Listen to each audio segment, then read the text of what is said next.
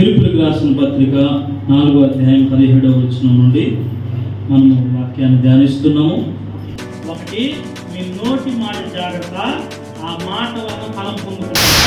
రెండు, ఎవరైనా చేర్చుకోండి, లేదా యేసుక్రీస్తు వారి నిమిత్తము యేసుక్రీస్తు ప్రవక్తను శిష్యుని చేర్చుకుంటే ఆ ఫలం మీరు పొందుకుంటారు. మూడవది, ప్రాణాన్ని పెట్టి కూడా ఫలాన్ని పొందుకుంటారు. నాలుగవది ఏమిట, నిందలు మోస్తూ కూడా విస్తార ఫలాన్ని.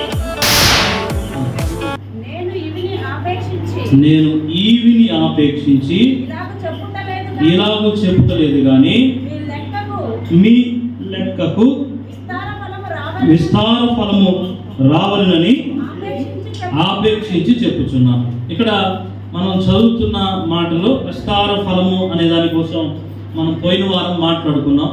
ప్రతి భక్తి జీవితానికి కొన్ని ఫలాలు ఫలించాలి అని, అవి ఎలా ఫలిస్తాము, ఏం చేయడం వలన మనం ఫలిస్తాము అనేది మనం పోయిన వారం నేర్చుకున్నాం. అసలు ఫలించడానికే దేవుడు మనల్ని ఏర్పాటు చేసుకొని నియమించాడని యోహాను సువార్త 15వ అధ్యాయం 16వ వచనంలో మనం చదువుకున్నాం. అలాగే వెదజల్లి సక్రియలు చేయడం ద్వారా మాత్రమే మనము ఫలిస్తాము అని మనం చెప్పుకున్నాం. రైతు ఎందుకు పంట పండించాలనుకుంటాడు? ఒకవేళ కొన్ని విత్తనాలు తీసుకొని పోయి పంట నాటాడు అనుకోండి, పంట బాగా పండాలి, పంట బాగా విస్తారమైన పంట పండాలి అని ఆయన ప్రార్థన చేస్తున్నాడు అనుకోండి. ఇప్పుడు ఆ పంట పండితే ఎవరికి లాభం? రైతుకు లాభం. ఇక్కడ అపోస్తులైన పౌలు సంఘాన్ని ఏమంటున్నాడంటే, మీరు విస్తారముగా ఫలించాలి అని నేను కోరుకుంటున్నాను అంటాడు. ఇప్పుడు సంఘం విస్తారంగా ఫలించడం వలన ఒక విశ్వాసి తన విశ్వాస జీవితంలో విస్తారమైన ఫలాలు ఫలించడం వలన ఎవరికి లాభం ఉంటుంది? పౌరులకు లాభం ఉంటుందా? సంఘ కాపురికి ఏమైనా లాభం ఉంటుందా? లేకపోతే ఇంకేంటంటే బాధ, విస్తారంగా మీరు విశ్వాసులుగా మీరు ప్రార్థనలో, దేవుల్లో సత్క్రియలు చేయడంలో, లేదా దేవుని ప్రజలను ఆదరించడంలో, ఇతరుల పట్ల సత్క్రియలు చేయడంలో మీరు ఎదుగుతున్నారనుకోండి, సంఘానికి సంఘ కాపురికి ఏమైనా ఉపయోగం ఉంటుందా అని అంటే ఉంటుంది. అందుకని పౌలు ఏమంటున్నాడంటే, నాకేదో తక్కువైందని నేను ఈ మాట చెప్పడంలే, మీరు ఇలా అనుకోకూడదు, కానీ మీరు విస్తారంగా ఫలించడం వలన మీకు కూడా ఉపయోగం ఉంది అని పాఠం. సరే, ఇప్పుడు పౌలుకున్న ఉపయోగం ఏమిటో చెప్పి నేను ముందుకు వెళ్తాను. ఇది సాధారణంగా ప్రతి సంఘ కాపరి లేకపోతే ప్రతి సంఘంలో మీరు ఫలించాలి, మీరు అభివృద్ధి చెందాలి, మీరు విస్తరించాలి, దేవుని దీవెనలు మీకు రావాలి అని ప్రార్థన చేయడం వలన సంఘ కాపరికి లేదా నాబోటి వ్యక్తికి లేదా పౌలు వంటి సేవకునికి లేదా ఇంకో సంఘ కాపరికి లాభం ఏమిటి అని అంటే, 1 కొరింథీయులకు రాసిన పత్రిక 9వ అధ్యాయము 1వ వచనంలో ఈ మాట మనం చదువుతాం. నేను స్వతంత్రుడను కానా, నేను అపోస్తులుడను కానా, మన ప్రభు అయిన యేసును నేను చూడలేదా? ప్రభువునందు నా పనికి ఫలము మీరు కారా? ఇప్పుడు పౌలుకి ఏంటి ఫలము? మీరే. మీరు అనడంలో ఈ 9వ అధ్యాయం అంతా మీరు చదువుకుంటూ పోతే 14వ వచనం చూడండి. 9వ అధ్యాయంలో అలాగున సువార్త ప్రకటించువారు సువార్తలను జీవింపవలనని ప్రభువు నియమించాడు. 17వ వచనం, ఇది నేను ఇష్టపడి చేసిన నాకు. ఇప్పుడు పరిచర్యలో కష్టమైన నష్టమైన మీ కొరకు ప్రార్థన చేయడానికి, మీకోసం విజ్ఞాపనం చేయడానికి, మీకు వాక్యం చెప్పడానికి పైనుంచి అన్ని వచనాలు చదువుకుంటూ వస్తే, నేను ఇష్టపడి చేస్తే నాకు ఇది జీతం. ఏమిటా జీతం? సువార్త ప్రకటించేవారు సువార్త వలన బ్రతకాలని ప్రభు చెప్పు. ఇప్పుడు నాకేంటి ఫలం? మీరు బ్రతికితే, మీరు అభివృద్ధి చెందితే, మీరు ఆశీర్వదించబడితే సంఘ కాపరిగా నేను కూడా మేలు పొందుకుంటాను. ఎలాగూ? మీరు ఆత్మీయంగా ఎదుగుతారు, మీ ఆత్మీయ అవసరాలు సేవకుడు తీరుస్తాడు, సేవకుని ఆహార అవసరత మీరు తీరుస్తాడు, జీవనం చేయడానికి ఒక మంచి అవకాశం దొరుకుతుంది. సరే, ఒకవేళ జీవనం ఉన్నా లేకపోయినా ఈ పని చేయడానికి పౌలు ఒప్పుకున్నాడట. అదే నాకు జీతం. మీరు నా జీతం ఏమిటి చూడండి, 18వ వచనం అంటాడు, అట్లయితే నాకు జీతమేమి? నేను సువార్తను ప్రకటించినప్పుడు సువార్త యందు నాకున్న అధికారము వినియోగపరచుకోకుండా సువార్తను ఉచితంగా ప్రకటించుటయే. సువార్త ప్రకటిస్తున్నప్పుడు వినేవారు మంచి శ్రేష్టమైన ఫలాలతో ఆ సేవకుని సన్మానించాలి, సత్కరించాలని బైబిల్ చెబుతారు. అయితే నేను వాటిని వాడుకోకుండా సువార్త ప్రకటించడమే నాకు జీతం అన్నట్టు బ్రతుకుతున్నాను అంటాడు. అంటే పౌలు గారికి మీరు ఫలించడం ద్వారా ఆయనకు వచ్చే లాభం ఉంది, కానీ దాన్ని ఆయన వదులుకుంటున్నాడు. మీరేదో కానుకలు ఇచ్చివ్వాలని లేదా మీ దశంభాగాలు ఇవ్వాలని ఆయన చెప్పడంలే, ఆయనకు ఉచితంగా ప్రకటించడమే జీతం. కానీ సాధారణంగా పౌలు వంటి సేవకులు కాకుండా నాపోటి సేవకులకి సువార్త ప్రకటించడం వల్లే జీవనోపాధి. ఇది దేవుడే నియమించాడు, మంచిదే. అయితే గలతీయులకు రాసిన పత్రిక 6వ అధ్యాయం 6వ వచనంలో చూస్తే మనకి ఇక్కడ స్పష్టంగా కనపడుతుంది. సువార్త వినేవారు, వాక్యం వినేవారు, ఆ వాక్యాన్ని ప్రకటిస్తున్న వారికి ఏం చేయాలట? మంచి పదార్థముల్లో చదవండి, గలతీ 6:6 వాక్యోపదేశము పొందువాడు ఉపదేశించు వారికి మంచి పదార్థములన్నిటిలో భాగం ఇవ్వలేను. ఇప్పుడు సువార్త ప్రకటిస్తున్న వారికి ఏమిటి ప్రయోజనం అంటే, ఒకటి జీవనము, రెండు మీ మంచి పదార్థంలో భాగము దొరుకుతుంది. మంచిదే. వాటిని పౌలు ఏమైనా కోరుకుంటున్నాడా? నాకన్నీ సమృద్ధిగానే ఉన్నాయి కానీ మీరు ఫలించాలని ఆయన కోరుకుంటున్నాడు. సాధారణంగా బయట వ్యక్తులు మీరు అభివృద్ధి చెందాలి, మీరు దీవించబడాలి, మీరు బాగుపడాలి, మీకు ఉద్యోగాలు రావాలి, మీకు పంట పండాలి అని ప్రార్థన చేయడంలో వారికి ఉద్దేశం వేరే అయి ఉండొచ్చు. కానీ పౌలు భక్తుడు వాటిని ఏమి కోరుకోవడం లే, మీరు ఫలిస్తే చాలు, మీరు ఫలిస్తే చాలు అని అంటున్నాడు. ఇదే వచ్చినాడు మరొకసారి చదువు 4:17లో. ఇక్కడ మీ లెక్కకు అన్న పదం ఉంది. మనం ఈరోజు ధ్యానించబోతున్న పదం ఏమిటంటే, మీ లెక్కకు విస్తార ఫలము రావాలని. ఇది మన పాఠం. ఏమిటట? ఇప్పుడు పౌలు అంటున్నట్టుగా మీరు విస్తార ఫలం పొందితే నా జీతం మీరే, మీ మంచి పదార్థాలు నాకు బాగా రావాలి, ఆ పాఠం కాదు ఇప్పుడు మనం చెప్పుకుంటుంది. అది కూడా ఉందని గుర్తు చేశాను అంతే. మీరు అధికంగా ఫలించడం వలన మీ మంచి పదార్థంలో మొదటి భాగం ఎవరికి రావాలి? నాకే రావాలి. ఎందుకని? మేలైన పదార్థాల్లో పాలు పొందడానికి అర్హత ఉంది, నేనే ఎక్కువ అర్హత కలిగిన వాడిని అని పౌలు చెప్తున్నాడు. అయితే ఇక్కడ మీ లెక్కకు అన్న పదాన్ని మనం ధ్యానిస్తున్నాం. ఇప్పుడు ప్రతి వాడికి లెక్క ఉంది అని మనకు తెలుసు కదా. చచ్చిపోయినాక అందరూ లెక్క చెప్పాలి, ప్రార్థన పోయినంత మాత్రం కాదు అని మనం అనుకుంటాం. నిజమేనా? అందరికి లెక్క చెప్పాల్సి ఉందా? ఇప్పుడు పౌలు ఎందుకు మీరు ఫలించాలనుకుంటున్నాడు? మీరు ఒక రోజు లెక్కప్ప చెప్పాలి కాబట్టి ఆ లెక్క దేవుడు అడిగినప్పుడు మీరేం చూపించాలి? ఏం ఎడదాకా వచ్చావు, ఏం సంగతి అంటే, ఇదిగో ప్రభువా నీకోసం ఫలాలు తీసుకొచ్చాను అని ఇవ్వాలి. పరలోకం పోయిన తర్వాత ఏం చేస్తారు? రోమపత్రిక 14వ అధ్యాయం 12వ వచనం చూడండి. గనుక మనలో ప్రతి వాడును తన్ను గురించి దేవునికి లెక్క. ఇప్పుడు ఇక్కడ కూర్చున్న మనం అందరం కూడా దేవునికి ఎవరి గురించి లెక్క చెప్పాలి? ఎవరి గురించి లెక్క చెప్పాలి? తన గురించి తాను చెప్పుకోవాలి. ఈ లెక్క చెప్పే విషయం కోసం మనకు బైబిల్లో ఒక ఉపమానం ఉంది. యజమాని ఉన్నాడు.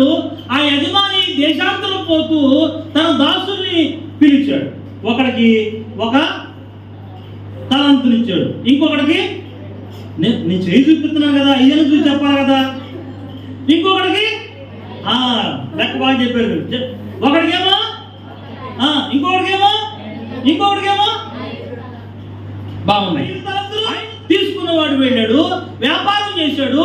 తన యజమాని తిరిగి వచ్చినప్పుడు 5,000 సంపాదించి అప్పచెప్పాడు. బడా నమ్మకమైన మంచి దాసుడా, నువ్వు 5,000 సంపాదించావు, వెరీ గుడ్. ఇగో ఇంకా విస్తారమైన దీవులు ఉన్నాయి, వాటిని నువ్వే. 2 తలంతులు తీసుకున్నవాడు వచ్చాడు. వాడు ఏం సంపాదించాడు? 2కి బలి చెప్పారు మీరు, 2కి 2 సంపాదించాడు. 4 తలంతులు తెచ్చి యజమానికి, అయ్యా నువ్వు నాకు ప్రేమించావు, నాకు 2 తలంతులు ఇచ్చావు. ఆ 2 తలంతులతోటి నేను వెళ్ళాను, వ్యాపారం చేశాను, 2 తలంతులకు 2 సంపాదించాను. 4 బడా నమ్మకమైన మంచి దాసుడా, నువ్వు మంచి పని చేశావు. నేను తక్కువ ఇచ్చినా సరే నువ్వు తక్కువలో కూడా నమ్మకంగా ఉన్నావు. విస్తారమైన వాటిపై నువ్వు అధికారిగా ఉన్నావు. ఇప్పుడు మన కథానాయకుడు వచ్చాడు, మన స్టోరీ హీరో ఈడే. ఈడేం చేశాడు?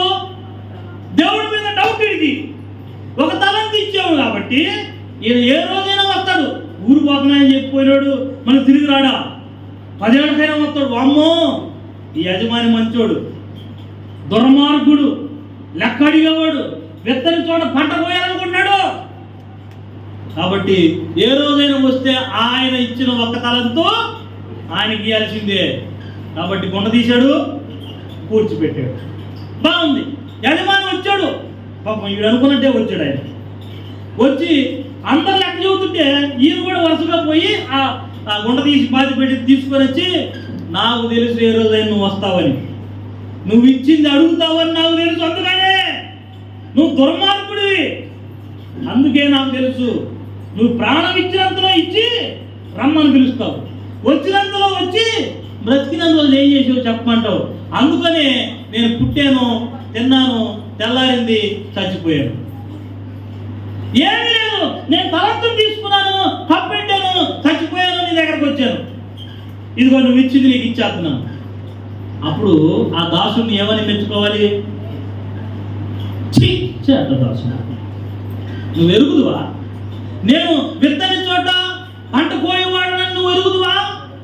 అలాగైతే నేను షావుకారి వద్ద వడ్డీకి ఇచ్చే వాళ్ళకి ఇచ్చేస్తాను కదా, నాకు ఏదైనా లాభం వచ్చేవాడికి ఇస్తాను కదా, నీ ఓటుడికి ఎందుకు ఇస్తాను కదండి?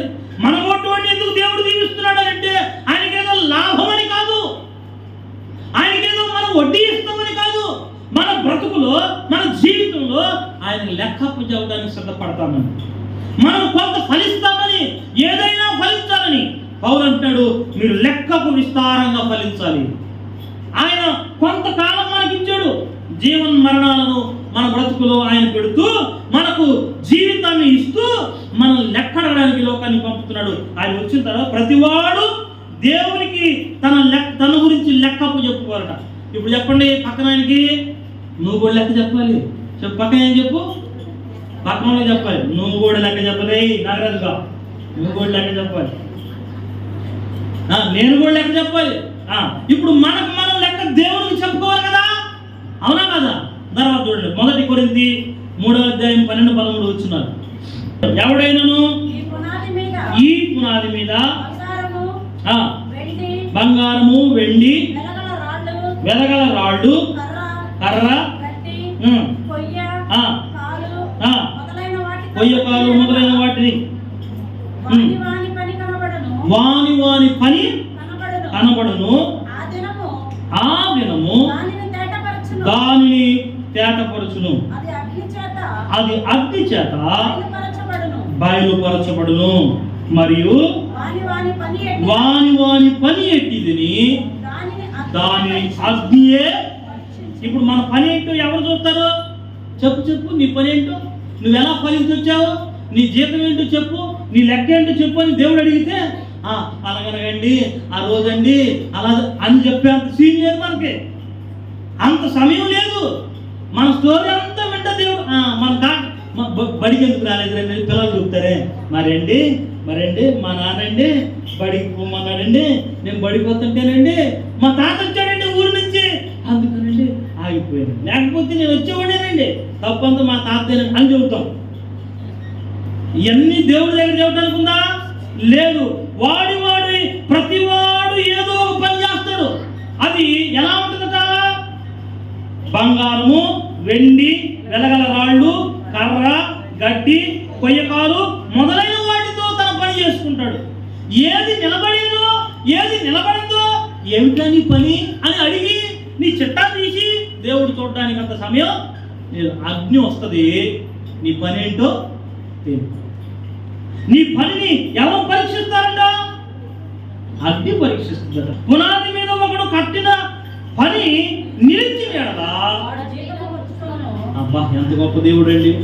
ఏమి లేదు, నీ పని నిలబడిపోతేనేమో, తగలబడిపోతే నీ పని కనుక దేవుడి దగ్గర నిలబడలేదు అనుకోండి, ఏమైపోద్ది? ఒకరి పని కాల్చివేయబడినదా వానికి నష్టము కలుగు. ఎంత నష్టం కలుగుతుందంటే, ఇంత భక్తి చేసి చింతాపాలైపోవడమే, ఇంత ప్రార్థన చేసి పరలోకం నుంచి నెట్టివేయబడ్డమే, ఇంత ఎదురు చూసి మీరెవరో నాకు తెలియదని దేవుడు మొకాన తెలిపేయడమే. ఒకటి ప్రతివాడు లెక్క చెప్పాలి. ఆ లెక్క మన నోటితో కాదు, దేవుని ఆజ్ఞ వచ్చి మనల్ని లెక్క అడుగుతుంది. ఇప్పుడు మన పని ఏమై ఉండాలని పౌలు అంటాడంటే, మీ లెక్కకు విస్తారమైన ఫలము ఫలించాలి. మీ లెక్క చెప్పడానికి కావలసినంత ఫలము, సరిపోయినంత ఫలము, యోగ్యమైనంత ఫలము మీరు ఫలించాలి. లేకపోతే దేవుడు ప్రశ్నించినప్పుడు మనం తేలిపోతాము. ఆయన మనల్ని అగ్నిలో న్యాయపీఠం యొద్ద, ఎక్కడట ఇదంతా ఎక్కడ జరిగింది? 2 కొరింథీ 5వ అధ్యాయం 10వ వచనంలో మనం చదువుతాం. ఎక్కడ జరుగుతుంది? ఏం జరిగింది? ఎక్కడ, ఎలా జరిగింది, ఎక్కడ జరిగింది? 3 విషయాలు చెప్తున్నాను. క్రీస్తు తాను జరిగించిన క్రియల చొప్పున అవి మంచివైనను సరే, చెడ్డవైనను సరే, దేహముతో జరిగించిన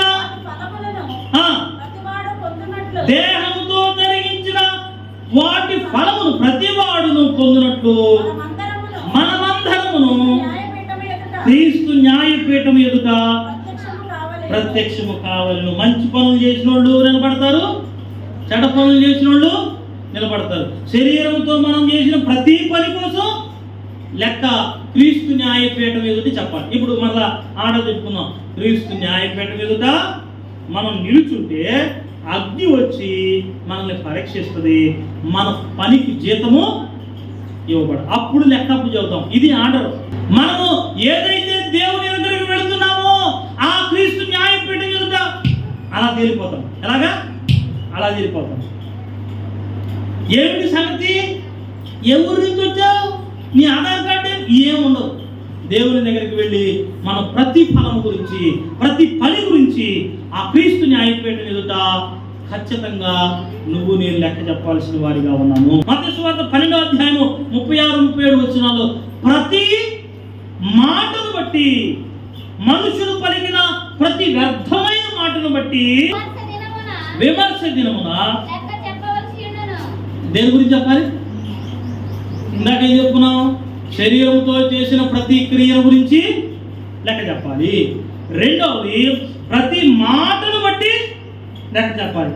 37, నీ మాటను బట్టి నీతిమంతుడవని తీర్పు నొందుదువు, నీ మాటలను బట్టి అపరాధమని. ఇప్పుడు ఇక్కడ మనం ఎలా మాట్లాడుతున్నాం జాగ్రత్త చూసుకోవాలి. వాడేమన్నాడు? చూడాడు, ఒక తలం తీసుకున్నాడు, చాలా ఆవేశంగా, ఉక్రోషంగా ఇచ్చిన యజమాని పైన ఆవేశపడుతూ, నువ్వు విత్తని చోట పంట కోయవాడవని నాకు అంత ఖచ్చితంగా చెబుతాడు. దేవుడిని కూడా చాలాసార్లు మనము దేవుడు నాకేం చేశాడు, ఈ మాత్రమేగా దేవుడు నాకు చేసింది అని అడుగుతాం. దేవుడు దాని గురించి కూడా లెక్క అడుగుతాడు. ప్రతి దాని గురించి దేవుడు మన లెక్క అడుగుతాడు. ఆ లెక్క మనం చెప్పవలసి ఉంది. మన క్రియలకు ఫలం పొందుతాం, మనం చేసిన ప్రార్థనకు ఫలం పొందుతాం. మత్తయి సువార్త 6:1 చూడండి.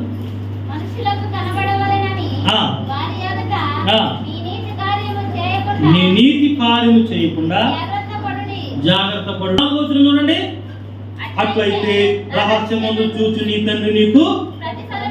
మరలా తర్వాత 6వ వచనం, అప్పుడు రహస్యమందు చూచు నీ తండ్రి నీకు ప్రతిఫలం ఇచ్చును. తర్వాత 18వ వచనం, అప్పుడు రహస్యమందు చూచు నీ తండ్రి. ఇక్కడ 3 పనులు ఉన్నాయి. ఒకటేమో ధర్మ కార్యాలు చేసేటప్పుడు, రెండవది ప్రార్థన చేసేటప్పుడు, మూడవది ఉపవాసం చేసేటప్పుడు. 3 రకాల క్రియల కోసం చెప్తున్నాడు. ఈ పనులు చేస్తున్నప్పుడు దేవుడు మీకు ప్రతిఫలం ఇస్తాడు. దేవుడే ఇస్తాడు. ఆ దేవుడు ప్రతిఫలం ఇచ్చేట్టుగా మీరు పని చేయకపోతే, ఆ ఫలం నిలబడేట్టుగా మీరు పని చేయకపోతే మీరు చాలా నష్టపోతారు. ఇప్పుడు ఇంకొంచెం లోతు పడదాము. మత్తయి సువార్త 10వ అధ్యాయం 41-42 చూడండి. మీరు ఫలం ఎక్కువగా ఫలించడానికి, మీ ఫలం నిలబడడానికి కొన్ని విషయాలు చెప్తున్నాడు. ప్రవక్త అని ఒకడు, ప్రవక్త చేర్చుకున్నవాడు ప్రవక్త ఫలము పొందును, నీతిమంతుడని నీతిమంతుని చేర్చుకున్నవాడు నీతిమంతుని ఫలము పొందును, మరియు శిష్యుడని ఎవడు ఈ చిన్న వారిలో ఒకరికి గిన్నెడు చన్నీళ్లు మాత్రము త్రాగనిచ్చునో వాడు తన ఫలము పోగొట్టుకున్నాడని. ఎవరు ఫలం పోదు?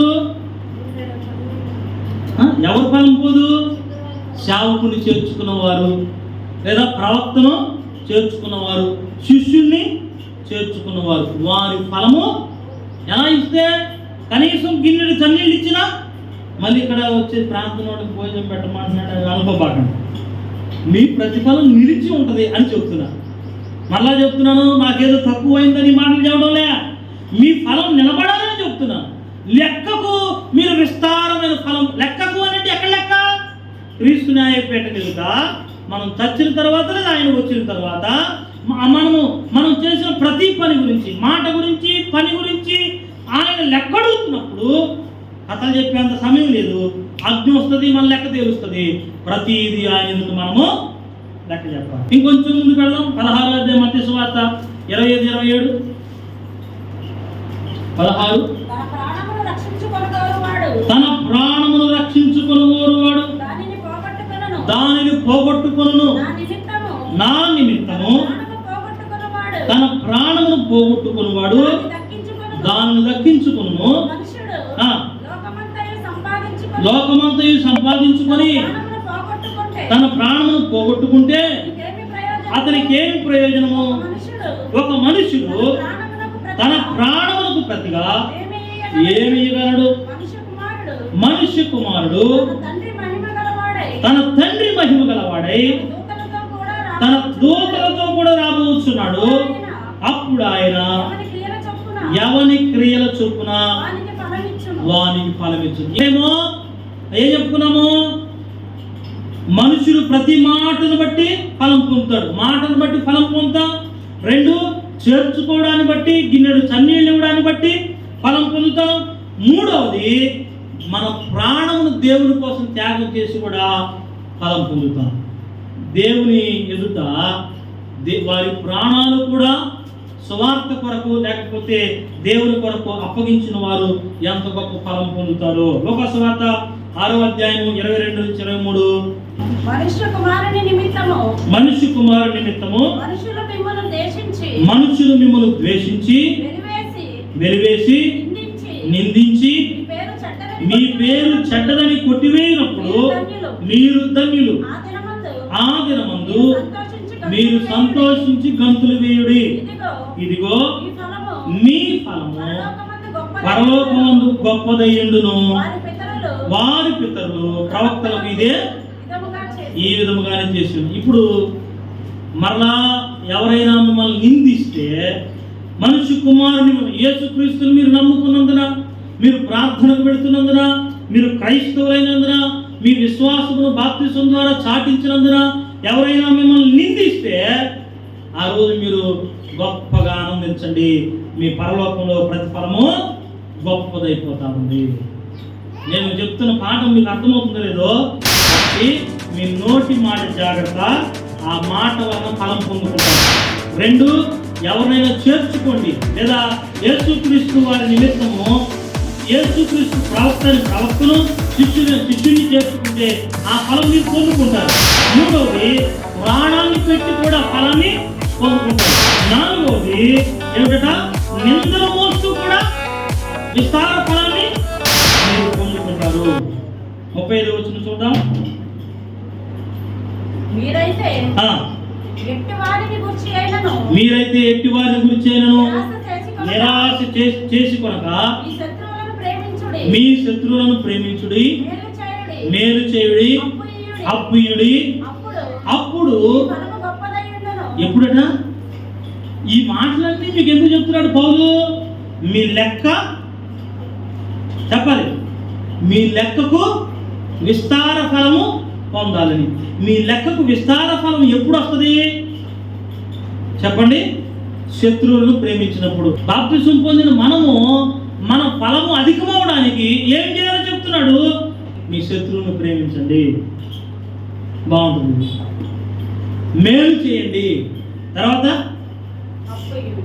ఇది చాలా పెద్ద సమస్య. ఇప్పుడు శత్రువును ప్రేమించమంటే ప్రేమిస్తాం, అదేనా? మేలు చేయమంటే సాధ్యమైనంత వరకు అప్పు ఇవ్వమంటే అప్పు ఇచ్చినంతసేపు మనం దేవుడు, అప్పిచ్చువాడు వైద్యుడు. ఎవడు ఇచ్చేటప్పుడు మనం ఎవరిలో? డాక్టర్. అప్పు అడిగేటప్పుడు మనం అప్పు ఇచ్చాం కదా, మళ్ళీ అప్పు అడిగేటప్పుడు మనం ఏమవుతాం?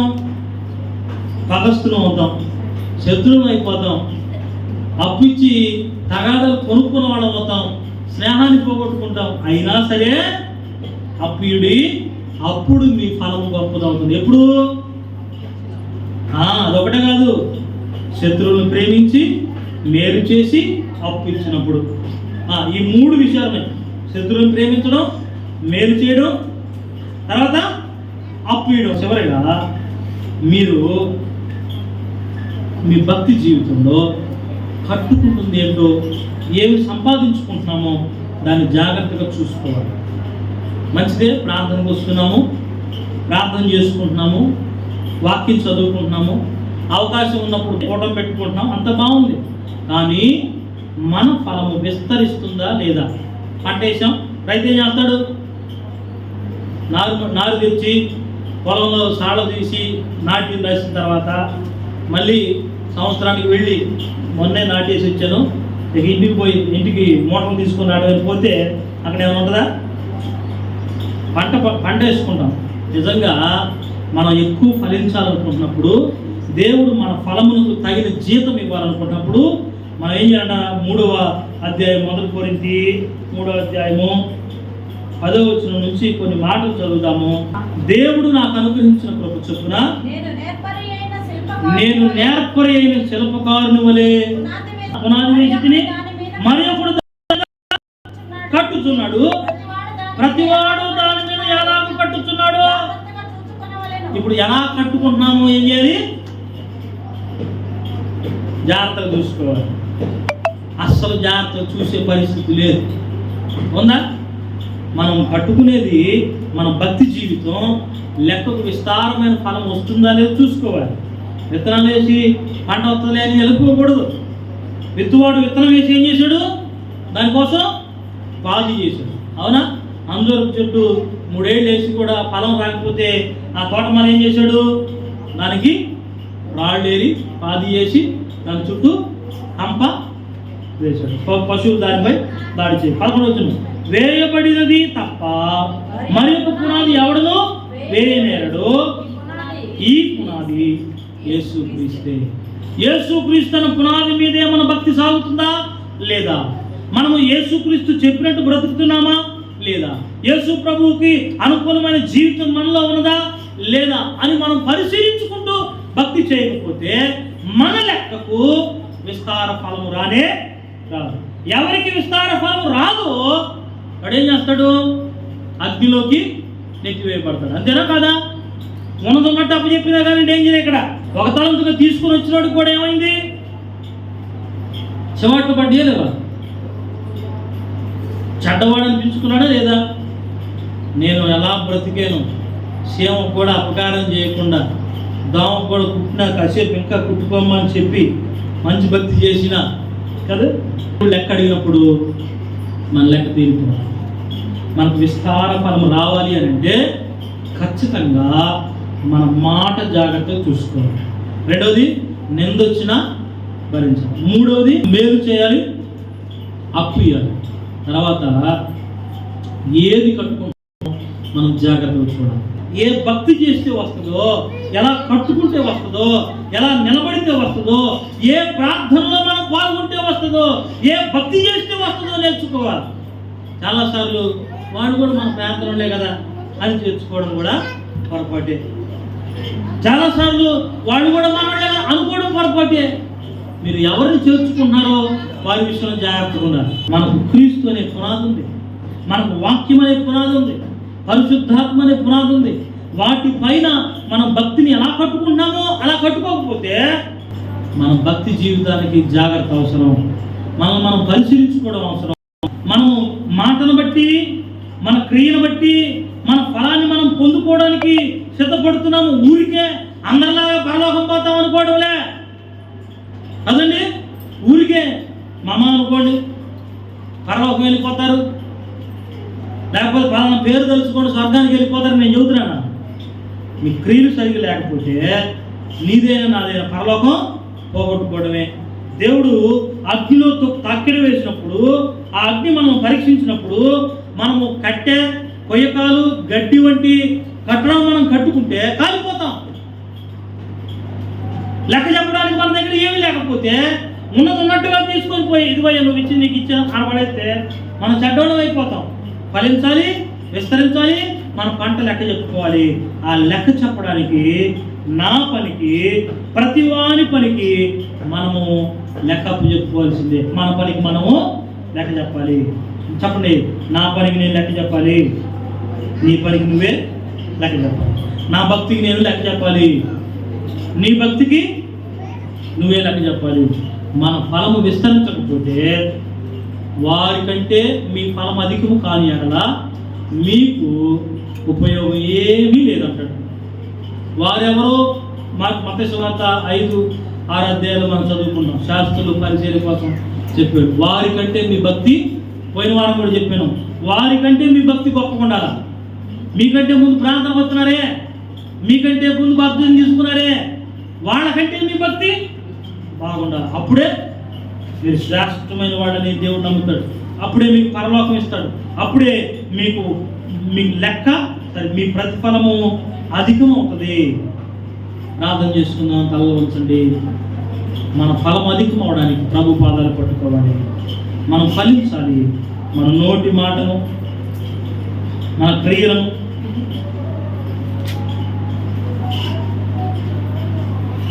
శత్రువులను ప్రేమించి మేలు చేసి అప్పిస్తూ, మనం కట్టుకునేది ఏమిటో జాగ్రత్తగా చూస్తూ, దేవుని కొరకు నిందలు, ప్రాణాన్ని కూడా పణంగా పెట్టడం, సేవకుల్ని లేదా సువార్తను యేసుక్రీస్తు వారి వలె చేర్చుకోవడం, మన మాటను బట్టే మనకు ఫలమని మన మాటను జాగ్రత్త చేసుకోండి. ఇవన్నీ మన విస్తార ఫలాన్ని పెంచే రైతు ఒక మొక్కకు ఎరువు వేసుకున్నట్టుగా ఇవన్నీ మనం చేసుకోవాలి. సిద్ధపాటు మనకు అవసరం. రాకడ కొరకు మన సిద్ధపాటు అవసరం.